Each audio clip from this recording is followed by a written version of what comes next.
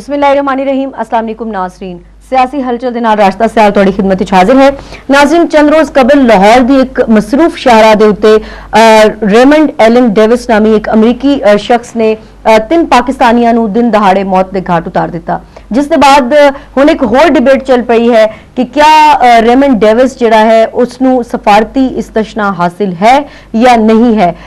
कुछ जराए तो खबरें आ रही ने कि रेमंड डेविस दा सफारती स्टेटस नहीं है और खुद अमरीकी अंबैसी ने जो सब तो पहले अपना बयान जारी किया जिसदे विच डिप्लोमैटिक स्टेटस जिहड़ा है उसनूं कन्फर्म नहीं किया गया सी। उसके बाद हुण जिहड़ा अमरीकी सफारतखाना अपने बयान जारी कर रहा उन्हां दे मुताबिक रेमंड डेविस दा डिप्लोमैटिक स्टेटस दस्सिया जा रहा है। ताहम पाकिस्तान दी जिहड़ी वजारतां ने, वजारत दाखिला और वजारत खारजा, उन्हां दे कोल जराए दे मुताबिक ऐसा कोई रिकॉर्ड नहीं है जिसदे विच रेमंड डेविस दा डिप्लोमैटिक स्टेटस होए और ऐसी कयास आराइयां कीतियां जा रही ने कि गालिबन रेमंड डेविस किसी खुफिया अमरीकी इदारे या खुफिया अमरीकी एजेंसी वास्ते काम कर रहे हैं और पाकिस्तान दे अंदर भी कुछ इसी किस्म के मिशन ते ने।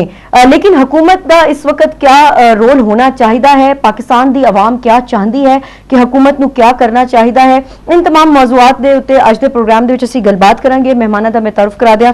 मेरे नाल शरीके गुफ्तगू ने मेरे पहले मेहमान मोहतरम राय मुश्तबा खरल साहब, पार्लिमानी सैकटरी ने दाखिला दे और पाकिस्तान पीपल्स पार्टी तो इन्हां दा ताल्लुक है। उन्हां दे नाल तशरीफ रखते ने मोहतरम हुमायूं मंदोखेल साहब, सेनेटर ने और बलोचिस्तान तो इन्हां दा ताल्लुक है, आजाद सेनेटर ने। और नाज़रीन, तीसरे मेहमान के तौर पर असीं दावत दी सी बिलाल यासीन साहब नूं, मैंबर नैशनल असैम्बली पाकिस्तान मुस्लिम लीग नवाज, क्योंकि मामला जिहड़ा है लाहौर दे विच होया है, पंजाब दे विच होया है। मुस्लिम लीग नवाज दी हुकूमत है इस वक्त पंजाब दे विच, पाकिस्तान दे सब तो बड़े सूबे दे विच, और इस वास्ते असीं कोशिश की सी कि बिलाल यासीन साहब या उन्हां दी पार्टी तो कोई आके रिप्रेजेंट करे, लेकिन अफसोस दे नाल मैनूं यह कहना पै रहा है कि उन्हां दी पार्टी तो इस हसास मामले दे उत्ते अपना मौकफ पेश करन वास्ते साडे प्रोग्राम विच कोई नहीं पहुंचिया। बहरहाल डिस्कशन असीं शुरू करांगे, लेकिन उस तो पहले एक छोटी जी रिपोर्ट जिहड़ी है, जिहड़े पाकिस्तान दी अवाम है उन्हां दे कुछ तासुरात ने इस मामले के हवाले नाल वो तुहाडे सामने रखांगे और उसके बाद अपनी डिस्कशन का आगाज करांगे।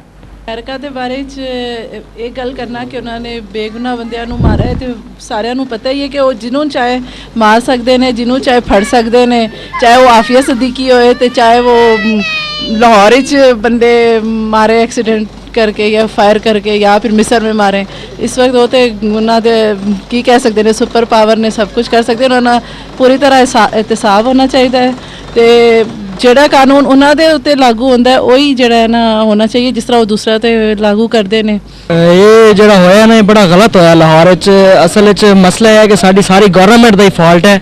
ਇਹ ਬਿਲਕੁਲ ਐਕਸ਼ਨ ਨਹੀਂ ਲੈ ਰਿਹਾ। ਅਮਰੀਕਾ ਵਾਲੇ ਜਿਹੜੇ ਹੈ ਨੇ ਨਾ, ਇਹ ਹੁਣ ਆਫੀਆ ਸਦੀਕੀ ਨਾਲ ਇਹਨਾਂ ਨੇ ਜਿਹੜਾ ਕੁਝ ਕੀਤਾ ਉੱਥੇ, ਤੇ ਵਿਚਾਰੀ ਆਫੀਆ ਸਦੀਕੀ ਨਾਲ ਬੜਾ ਬੁਰਾ ਹਾਲ ਕੀਤਾ। ਤੇ ਹੁਣ पाकिस्तानी गवर्नमेंट ਨੂੰ ਚਾਹੀਦਾ ਹੈ ਕਿ ਇਹਨਾਂ ਅਮਰੀਕੀਆਂ ਨਾਲ ਵੀ ਇਹੀ ਹਾਲ ਇਹਨਾਂ ਦਾ ਕਰਨਾ ਚਾਹੀਦਾ। ਇੱਥੇ ਇਹਨਾਂ ਨੂੰ ਬੰਦ ਕਰਨਾ ਚਾਹੀਦਾ, ਇਹਨਾਂ ਨੂੰ ਜਿਹੜਾ ਡੈਥ ਸੈਂਟੈਂਸ ਹੋਣੀ ਚਾਹੀਦੀ ਹੈ ਤੇ ਇਹਨਾਂ ਨੂੰ ਜਿਹੜਾ ਇਬਰਤ ਦਾ ਨਿਸ਼ਾਨ ਬਣਨਾ ਚਾਹੀਦਾ। ਇੱਕ ਇੰਤਹਾਈ ਗਲਤ ਕੰਮ ਹੈ ਕਿ ਇਹ ਪਾਕਿਸਤਾਨੀ ਨੂੰ ਜਾਨਵਰ ਤੋਂ ਵੀ ਬਦਤਰ ਸਮਝਦੇ ਨੇ, ਕੀੜੇ ਮਕੌੜੇ ਸਮਝਦੇ ਨੇ। ਸਾਡੀ ਔਕਾਤ ਜਿਹੜੀ ਨਾ ਇਹਨਾਂ ਨੇ ਇਤਨੀ ਗਿਰਾ ਦਿੱਤੀ ਹੈ ਕਿ ਜਿਹੜਾ ਨਾ ਸਾਨੂੰ ਹੁਣ ਸ਼ਰਮ ਕਰਨੀ ਚਾਹੀਦੀ ਹੈ, ਆਵਾਮ ਨੂੰ ਸ਼ਰਮ ਕਰਨੀ ਚਾਹੀਦੀ ਹੈ, हुकूमत ਨੂੰ शर्म करनी चाहिए तो अपना सर उठा के तो अपने ज़मीर में जगाना चाहिए। लाहौर में जो वाक़या हुआ है इसका में इंतहाई अफसोस है कि अमेरिकन पूरी दुनिया में जो हैं वेल सिविलाइज नेशन बोले जाते हैं, पर उनका बिहेवियर किसी भी मुल्क में हमेशा से अच्छा नहीं रहा। और स्पेशली जो इसने दो बंदे शूट किए हैं, इस पर तो मैं समझता हूँ कि इसको कानून के मुताबिक बिल्कुल सही सज़ा देनी चाहिए। ये तो देखिए, ये तो इंसानियत के ख़िलाफ़ बात है। आप एक छोटे मासूम बच्चों को मार रहे हैं। आप ये देखें कि इसका बहुत स्ट्रिक्टली उनको लेना चाहिए कि उनके साथ भी यही सलूक होना चाहिए। उनके बच्चों के साथ तो नहीं मैं कह सकती, ज़ाहिर बात है बच्चे तो सबके अपने होते हैं, लेकिन कम से कम उनको ये एहसास दिलाना चाहिए कि आइंदा के बाद या उनकी आने वाली जो नस्लें हैं वो इसके ख़िलाफ़ मतलब मत जाएँ। हम इसको सबसे पहले तो कंडेम करते हैं क्योंकि इट्स ब्रूटल मर्डर हुआ है और मर्डर तो मर्डर होता है, उसमें किसी चीज़ को इम्यूनिटी किसी को देने की ज़रूरत नहीं है। मतलब हमारी जो इस वक्त प्रेजेंट गवर्नमेंट है वो पूरे चक्रों में है कि उनकी इम्यूनिटी दी जाए। कल रात को भी एक यूएस डेलीगेशन की मीटिंग हुई है प्रेसिडेंट जरदारी से, लेकिन उसमें इनिशियली तो ये कहा जा रहा है कि जो गवर्नमेंट के जो कोर्ट के ऑर्डर्स आएंगे उसके ऊपर मुताबिक एक्ट किया जाएगा, लेकिन अंदर से उसको इम्यूनिटी देने की कोशिश की जा रही है। लेकिन मर्डर हुआ है, उसको प्रॉपर पाकिस्तान में उसका ट्रायल होना चाहिए और जो भी कोर्ट का वर्डिक्ट आना चाहिए उसको फॉलो करना चाहिए। ऑब्वियसली इसको कंडेम करते हैं, जो भी हुआ है बहुत गलत हुआ है। और सबसे पहली बात तो ये है कि डॉक्टर आफिया सिद्दीकी जो हैं हमारी वहाँ पे हैं, बहन है हमारी, हम अगर उनका ट्रायल इस तरह हुआ है तो इनका भी होना चाहिए और इनको भी उसी तरह सज़ा मिलनी चाहिए जिस तरह हमारी डॉक्टर आफिया को मिली थी। बेसिकली बात यह है जी, लॉ लॉ होता है, जस्टिस जस्टिस होता है। डॉक्टर आफिया के साथ इसको रिलेट करना बेसिकली ये हम लोगों की कम ज़र्फ़ी है। बात यह है कि अगर उसने कत्ल किया है, ठीक है, तो उसको सज़ा देनी चाहिए, दैट्स इट। कत्ल है, उसकी सज़ा है, बात खत्म होगी। डॉक्टर आफिया इस तरह तो पता नहीं फिर किसने उसको मारा, उसने उसको मारा। बात यह है कि हर चीज़ को उसके मेरिट पे रखना चाहिए, ठीक है। और दूसरी बात, अगर लोगों को ये लगता है कि अमेरिकन ने ये कर दिया, अमेरिकन ने वो कर दिया, भाई अपने गिरेबान में भी झांको, अपना मुहासबा करो, ठीक है। वहाँ पे कितने लोग मौजूद थे जिनके सामने उसने गोलियां मारी। जी नाज़रीन, पाकिस्तान दी अवाम इस मसले दे उत्ते क्या सोचती है, पाकिस्तान दी अवाम क्या राय रखती है और हुकूमत तो क्या मुतालबे करती है, ये तुसी देखिया। और हुण असीं अपने मेहमानां नूं सब तो पहले मैं तुहानूं खुशामदीद कहांगी। और खरल साहब, बड़ा हसास मामला है, बड़ा अफसोसनाक मामला है जो कुछ होया। क्या कहोगे तुसी कि सब तो पहले तो जिहड़े तुसी अवाम दे तासुरात सुने ने, और इस दे विच मैं देखिया एक चीज़ तुसी खुद भी सुनी कि अवाम जिहड़ी है, जिहड़े लोग ने इस वक्त वो हुकूमत दे उत्ते कोई इतना खास एतमाद नहीं कर रहे इस मामले के हवाले नाल। और वो बार बार यही कह रहे हैं कि अंदरूने खाना शायद हुकूमत जिहड़ी है अमरीका तो डर जाए, शायद हुकूमत इम्यूनिटी दे दे रेमंड डेविस नूं। क्या समझदे हो तुसी कि मिसट्रस्ट जिहड़ा है उसकी क्या वजह है? शुरू करदा पाकजात दे बाबरकत नाम नाल। राश्ता बीबी तुहाडा भी ते अपना टीवी दा मशकूर हाँ, शुक्रगुजार हाँ। ਇਹ ਰੀਲੀ ਬੜਾ ਅਫਸੋਸਨਾਕ ਤੇ ਦਿਲ ਨੂੰ ਦੁਖਾਨ ਦੇਣ ਵਾਲਾ ਵਾਕਿਆ ਜਿਹੜਾ ਲਾਹੌਰ ਵਿੱਚ ਉਸ ਦਿਨ ਹੋਇਆ ਮਜ਼ੰਗ ਚੌਕ ਵਿੱਚ, ਜਿਹਦੇ 'ਚ 3 ਬੇਗੁਨਾਹ ਸ਼ਹਿਰੀ ਪਾਕਿਸਤਾਨੀ ਇਸ ਤਰ੍ਹਾਂ ਬੇਰਹਿਮੀ ਨਾਲ ਮੈਂ ਕਹਾਂਗਾ ਕਤਲ ਕਰ ਦਿੱਤੇ ਗਏ।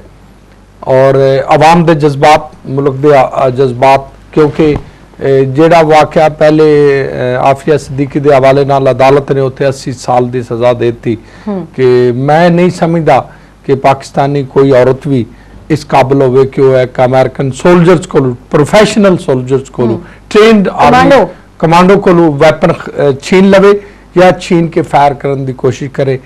और इतनी सज़ा हुई है।